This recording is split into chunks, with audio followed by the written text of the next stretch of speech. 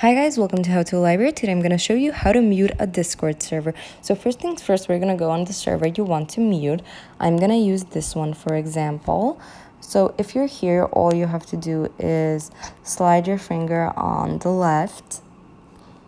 And then once we get here, we're going to click on the top left corner. And that will bring us here.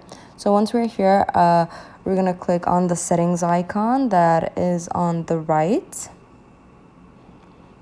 And that will bring us here. So we have channel name, channel topic, category, channel permission, and then notification settings. We're going to click on the notification settings, and you have the option to mute general, and then you can mute it for 15 minutes, for 1 hour, for 3 hours, for 8 hours, for 24 hours, and until I turn it back on.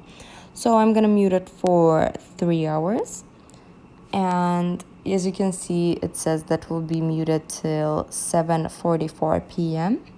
And that's about it. Thank you for watching. Do click the like button if this video helped you, and subscribe to our channel for more helpful videos. Bye guys.